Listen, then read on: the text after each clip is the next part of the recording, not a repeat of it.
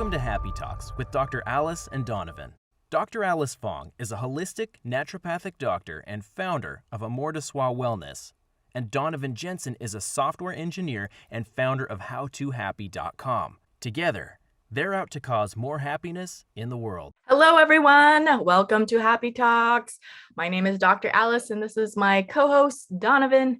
And today we are talking about how to survive the holidays on a tight budget. This year has been quite the recession, as we've been in pretty much the whole year. So finances might be tighter than normal for a lot of people. So Donovan, what are your initial thoughts when it comes to surviving the holidays? Yeah, so the first thing for me is that, depending on what your social circle looks like or your family or, just whatever your relationships are, having sort of a ton of connections and feeling like you need to buy a nice or like fancy gift for every single person can just add up so fast. Yeah. So I feel like especially this year when things are a little bit tighter for a lot of people, but also in other years when things just can be tight for people in general, there are some things that can be done to still retain sort of like the spirit of Christmas or gift giving or whatever other holidays you happen to celebrate without breaking the bank, right? I don't think that necessarily you have to spend a ton of money to be able to sort of foster this like sense of connection and sort of have other people feel as though you care about them. I'd be curious sort of what your initial thoughts are. Yeah, I'm totally in agreement with that idea that, it doesn't like someone buying someone else a expensive gift does not necessarily equate to them caring more because you spent more money on them. And I think sometimes more sincere and thoughtful and creative gifts that don't even necessarily have to cost a whole lot can be more meaningful. But that's my opinion.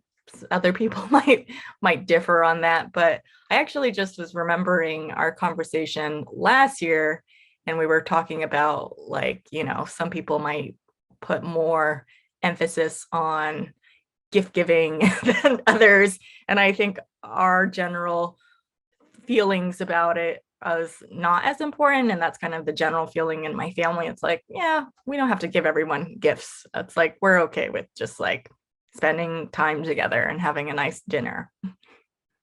Yeah, and I feel like if there's people that you actually care about, that you're close to, even if gifts are important to them, you should be able to at least open up that conversation, right? And start wading through the waters to figure out what makes sense. Because even if you have a gift heavy family or personally are like gift heavy oriented, I don't think it's out of the question to sort of just like communicate like, hey, this has been a rough year. Like things are not exactly where I want them to be. There is a couple other things like on a practical sense that have come to mind that I don't want to forget. But like I know in part of my family where there's like a lot of siblings and uncles and aunts and people are spread out all over the place, they will draw names just so you only have like a limited set of people that you have to get something for. And stuff like that can really help to make everyone still feel as though they're being valued, right? Because you're still getting like it's an equitable distribution of gifts across people, but that can really cut down on the cost of some of the stuff. And I don't know about you, but I've had in the past Christmases where like everyone bought me something, right? And when I was like a little kid, maybe that was like the best ever. But as I get older, more and more, it's like, I don't really need all of this stuff. And also, as I look at my position relative to some of the other people in my family, so for example, my sisters who are like mid to early 20s, right? And they're barely making minimum wage or something like that. Like, not only do I not expect them to get me some huge gift, I actually would. It would make me feel bad. I would not prefer it at all. Like, because I know how much of sort of like a sacrifice or a struggle or whatever else it would be for them to get something super expensive for me. So I mostly bring that up because I feel like sometimes people get caught in this idea of like, oh, all these people have all these other expectations of me without actually getting clear on what it is that the recipient wants. Yeah, I think you really made an important point of communication is really important. To be, even if not everyone's on the same page with the gift giving, to at least if you're financially stressed, to communicate your position and be like, I really love and care about you, but might not be able to give everyone gifts, or, okay, can we consider like just doing the names in a hat thing? So instead of getting 10 gifts, we're all getting one. Now that will make it easier. Maybe you could put it to a vote, potentially, if that works out in your family, or, just like have the expectations clear between everyone to be like, if you love giving gifts and you still want to do it, go for it, but don't be like, have the expectation, well, I gave you a gift, you better give me one back, kind of a thing, can create more tension in the family. Absolutely. Yeah, that's another thing that I want to touch on, is I feel like you can get into these cycles that are very transactional, which is absolutely missing the whole point and spirit of the holidays for the majority of people. I guess for some people it may be purely transactional, but in general, that's not what people sign on for. So I think it's important to recognize just that, if that's the actual intent is like sort of this like goodwill and connection and these sorts of things, you don't have to spend a lot of money to make that happen, or maybe any money. So maybe stepping back from sort of just like, oh, they said they wanted a new car, how am I going to get them a new car, and figure out like something that would just be nice for them, can still make a big difference and still be meaningful. Another thing from like a practical perspective that I found helpful is when making gift lists, or like asking for gift lists or whatever else, to have them sort of like sorted into different categories of cost. You can make it really easy, because like, for example, I got a gift list from one of my family members that was just like, here's my, under $5 list, my under $50 list, my under, whatever else. And then it made it very easy to be like, okay, well, I have X amount of money to spend on this. I can just ignore the under $1,000 part of this list because that's too high. But it just helps for narrowing things down, and you can still get something the other person wants without it being so straightforward as like, I want this, okay, I bought you this exact thing. You can still have some ambiguity and some surprise in what it is that you actually picked. It's interesting. You mentioned lists, but I also wanted to touch on the point that I feel like some people give gifts out of like obligation, and sometimes it's not even what the person wants or needs. It's just like, oh, I need to give a gift because it's Christmas, and it's like, I've gotten plenty. I think that's why my family just stopped giving gifts, because it's like, I'm not going to use this stuff, and I don't really need it or want it, and it's just like feels like a waste, and it's like, it's not meaningful, it's not connecting. It's just like, I could sense that you felt obligated to it, so it's not as connecting as like, I'd rather, could just buy me dinner sometime. Like, prefer that over just some random like pair of socks or something that I don't really need and have plenty of. Yeah, and that's another, it goes back to sort of just like figuring out what it is that the recipient actually wants.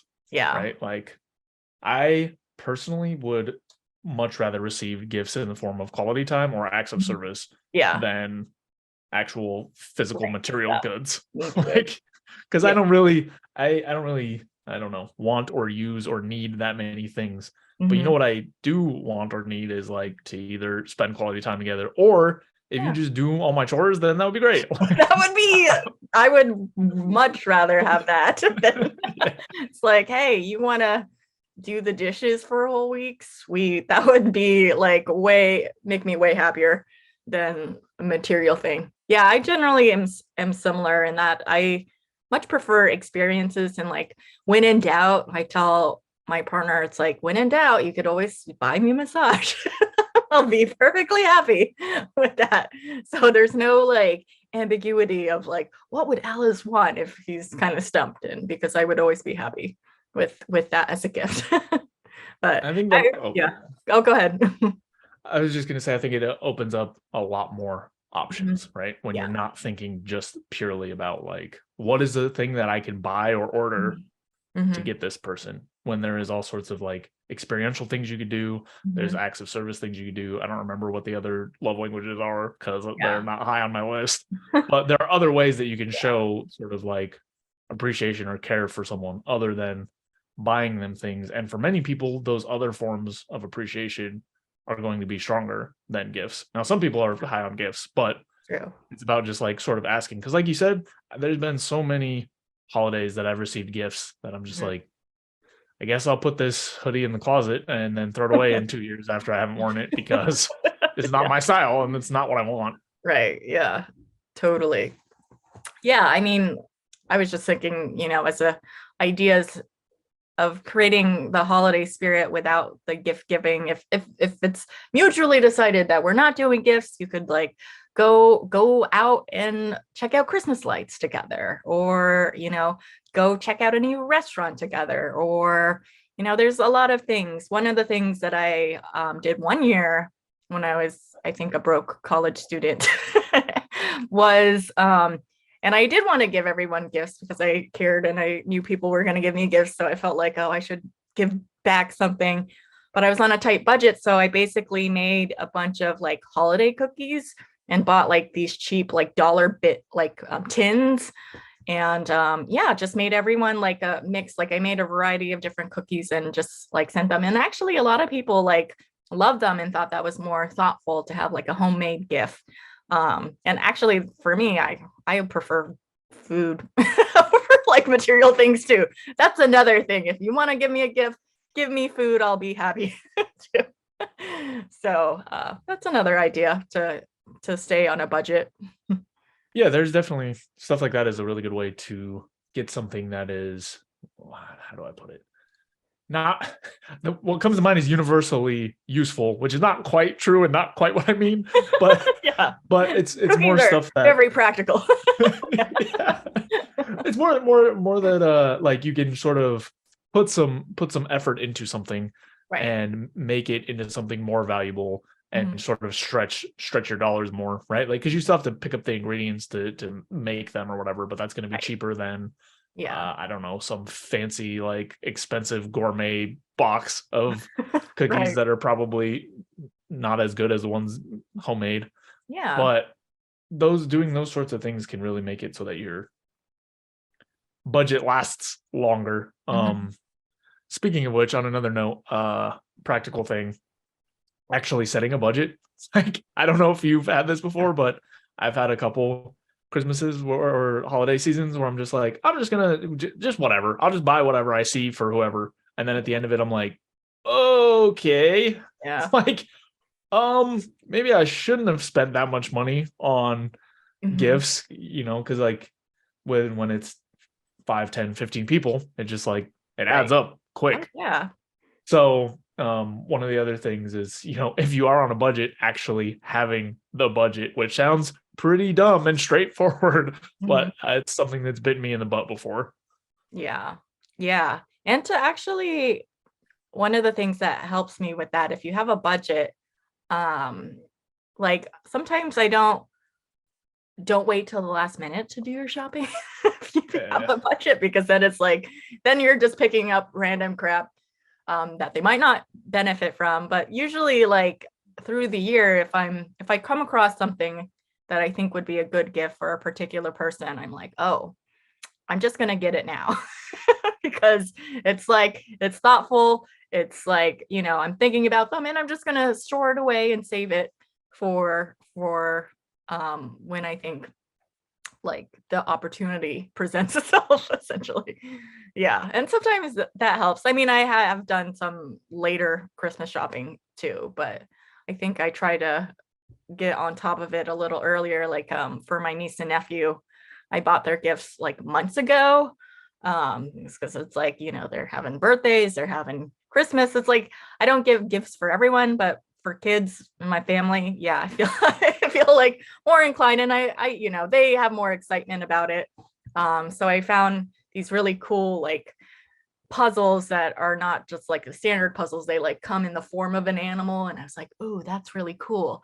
And I'm not just going to get it to them randomly because they would like it. I'm just going to save it for Christmas. And so that's what I did, and that's been waiting. That's been just sitting in storage for a few months, just waiting to be opened for Christmas. Yeah, that's another good point. I have like some, I don't know, couponing apps, or I don't know what to call them, but some things on my browser installed that as I'm like searching through stuff to buy, it'll show me how the prices have changed in the last couple months. Yeah. And prices for quite a few of the things have gone up right before sort of the holiday season. So like you were saying, if you can get ahead of it, if you know that money is going to continue to be tight as the holidays approach, if you can get on top of it a little bit earlier, the prices for some of the stuff may actually be lower. Because like I said, there was a surprisingly high number of things that had recent price increases. So even just on a like dollar for dollar basis, like you might be stretched extra thin if you wait longer. So if you can sort of keep it top of mind, I'm horrible at this. More power to you for being able to do it. But if that is something you can do, that can definitely extend your budget by quite a bit as well. Yeah. And it's putting, like, if you're doing all your spending in the same month, that's putting more financial strain on you if you were to like spread it out over the year. So it's like small things here and there, like accumulating. It makes it a little easier too. That's a great point, actually. I haven't done it recently, but in past years, I would start setting aside money early, like, because I don't do my shopping early. Doesn't work for me. But I would start setting money aside early so that, like you said, like it wasn't just December. Oh, now I have twice as many, bills. They're not bills, but I need to spend twice as much as I usually do. And like, where am I going to? I didn't make twice as much money this month, so where is this going to come from? And I've also heard from other people anecdotally that is something that has been really helpful for them too, is to just know, I mean, December's coming every year, holidays are coming, so start setting aside money early for that purpose. Right.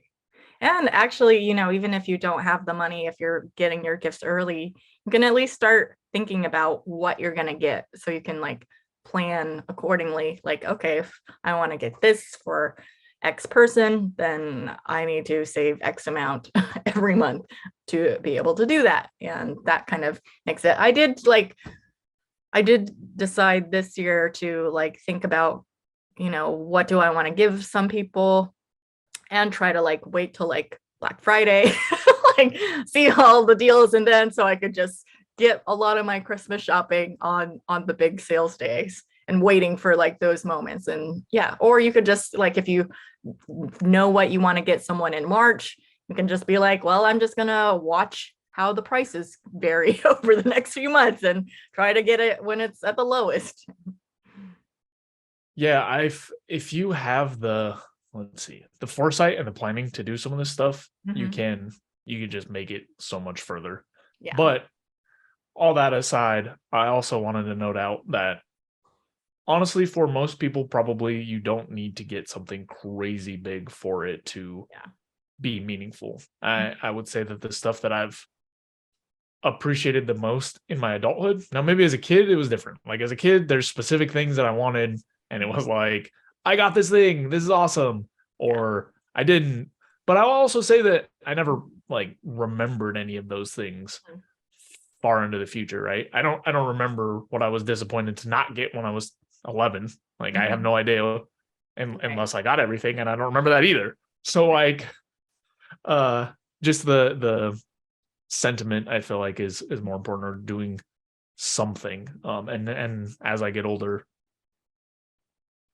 it's less and less about the gift and more about just like are we able to connect in some way? Like, am I able to be Right. with the people I care about and connect with them, whether or not they get me anything at all? Yeah. Yeah. I think that's honestly the most valuable thing is that time and connection. But but yeah, you know, if you were to do the foresight or pre-planning, you know, just kind of like pay attention to your people and just kind of like for example, what I'm gonna get, one of the gifts I'm getting my husband this year, which I know he's not going to listen to this, so like share it ahead of time. But it was something small and simple because we went to Austin, Texas in October, and he was like, oh, you know, he wears a lot of baseball hats, but he was like, you know, it'd be cool to have like a cowboy hat. So we were like looking for a cowboy hat, but a lot of the stores, they were like $100 or more, and we're like, that's we don't want to spend that much on it, like something like that. So we even went to like Goodwill in Austin, Texas, and we still couldn't find like a decent cowboy hat. So just like a little note in my memory bank of like something he said he wanted, that it's not like, oh, I absolutely need this right now, but just like I made that mental note. So I like looked on Amazon, and I found one for like $4. I was like, sweet. So it's just the fact that I remembered that little thing, I think will make it a little more meaningful. And I doubt he's gonna wear it that frequently, maybe like once a year, if that. But it's just like the thought that counts, really, I think can go a long way. Yeah, which is why it's a $4, not $100 one. It's not Yeah. an everyday. Yeah, I know he's not gonna wear it that often, but when he has the occasion, well, yeah. So I wanted to add another angle or something different, which is like stuff that I think is maybe not a good idea to do around the holidays, around budgeting. Let's talk about that. Like, so I know one thing that it's become more and more common in general, but I imagine it spikes during the holiday, but it's like putting things on payment plans that you can't actually afford. Now, in one sense, like, let's say you buy, I don't know, a piece of workout gear or something that's a couple $1,000s, and it's going to cost you $50 a month or whatever, and you sort of have that all planned out. That's fine, right? Like if you want to spread it out, because sometimes spreading out some of those bigger purchases can help you make them. Yeah. However, you have to be really careful when you do stuff like this, because I've seen people get trapped up on, oh, cool, I bought this, and then I bought this, and I bought that, and I'm paying off all of these things. It's like death by 1,000 cuts, you know, where all of a sudden you have $1,000 bill every month just paying off all these little things. So I don't think it's out of the question to do stuff like that, but you really have to pay attention when you do it. Yeah, that's a really good point that I didn't even consider, because that's something I generally don't do. But the other thing I think we should talk about is credit cards, and being mindful of, you know, just because you have a certain credit limit doesn't mean you should hit that limit, because the interest rates on credit cards are insane, you know, 10 to like 20% a lot of times. And that can really add up and add into. So just like keeping in mind, like, okay, I mean, my general principle like is to pay off my credit card every month is my goal, so I'm not dealing with the crazy interest rates, and I'm still building credit and getting miles points. But you know, once in a while I have to have, like, when there's big expenses and I'm not able to pay off my credit card, you know, I plan for like, how am I gonna pay it off eventually, hopefully within a few months, and not like not having that plan figured out is generally not a good idea. Yeah, I think some people get wrapped up in this idea of like, oh, I need to buy all of this stuff so that the holidays are perfect. Right. And if you end up putting that all on a credit card or other like short-term loan options, right, yeah, you're basically adding 20%, well, roughly, give or take 5%, to the cost of the stuff. So if you buy $1,000 worth of stuff, you're paying $1,200 for it. Like that amount. And not only that, but if you're only making the minimum payments, if you can't pay it back, then you are increasing that by way more than 20%. And basically it's just never, like, I guess I shouldn't say never, but in my mind, it's very hard to wrap my head around the idea that spending like up to 20% or up to 100% more on sort of some gifts is going to be worth it in the long run, right? Like, I don't think it will ever make the holiday experience 100% better or whatever, right? Like, I feel like it's just something that people can get sucked into and then spend so long trying to claw their way back out of. Yeah. Another sort of mental trap I've seen is people looking at their credit cards like, oh, this has a $3,000 limit, so I have $3,000, which is not true. Not really. Like, Yeah. you do not have that money, So if you can sort of get it in your head, or something more like, just basically base whatever money you actually have as your base point for spending, it's just a lot safer, because if you would never spend like, if it's, we'll just say it's a drink, right? Like a soda for $1, you would never spend like 3, 4, 5 times that much on that thing. And then those bigger purchases, like, you can really get underwater fast. Definitely. Yeah. Yeah. I've had a friend who, I forget what like financial book that she read, but she literally like doesn't use a credit card as much as she's able to, because I get like some things it's hard to get by without a credit card, but she like literally just like pulls out all cash, so she's paying everything in cash, and she literally has like envelopes. So if you don't feel like you're able to manage your credit cards well and pay them off frequently, maybe this is a possible idea for you. It's just like pull out the cash that you have, so that's literally your budget, set aside the cash for your bills, your rent, your food, and then gifts. And that's all the money you get to spend. And once you're out of that, that's all you get. And that's the limit, essentially. So it helps you kind of stay more on track if that's using credit cards it's a very slippery slope for a lot of people. Yeah, 100%. That the method you just described is very effective for a lot of people who have trouble sort of managing credit card spending, or thinking about it in the way that I described, where it's like, you don't actually have this money. Because for some people, just that, having it and having access to the money feels like they actually have the money in their bank account or whatever else. And if you can't shake that sort of mindset, what you described is probably the most common and most effective strategy people use to keep their spending in line with where it should be. Yeah, absolutely. Yeah, I was just thinking of a few more potential ideas of like, if you're going to put less emphasis on the gifts or less pricey gifts if you're on a tight budget. I'm like, maybe just watching like a holiday movie together, or doing crafts together, or playing board games together. I think that's a little more enjoyable and connecting than or if we're just getting like one gift for like everyone, maybe that's just like a board game, and then you can play that on Christmas Day or something like that. So just throwing a few more for ideas out there before we wrap up today. Do you have any last minute thoughts or ideas? I think that mostly covers it, just again, I feel like it's easier to just get wrapped up in this idea of like exhibitionist gift giving, right? Where actually it somehow becomes more about like, oh, I want to present the image of someone giving a nice gift, and less about like, I want to actually make the other person feel nice and appreciated. And I don't say this from like a high horse, right? I've definitely been sucked into it before, where it's like, oh, what can I give that has the best appearance? Or like, what will I feel the best about giving someone?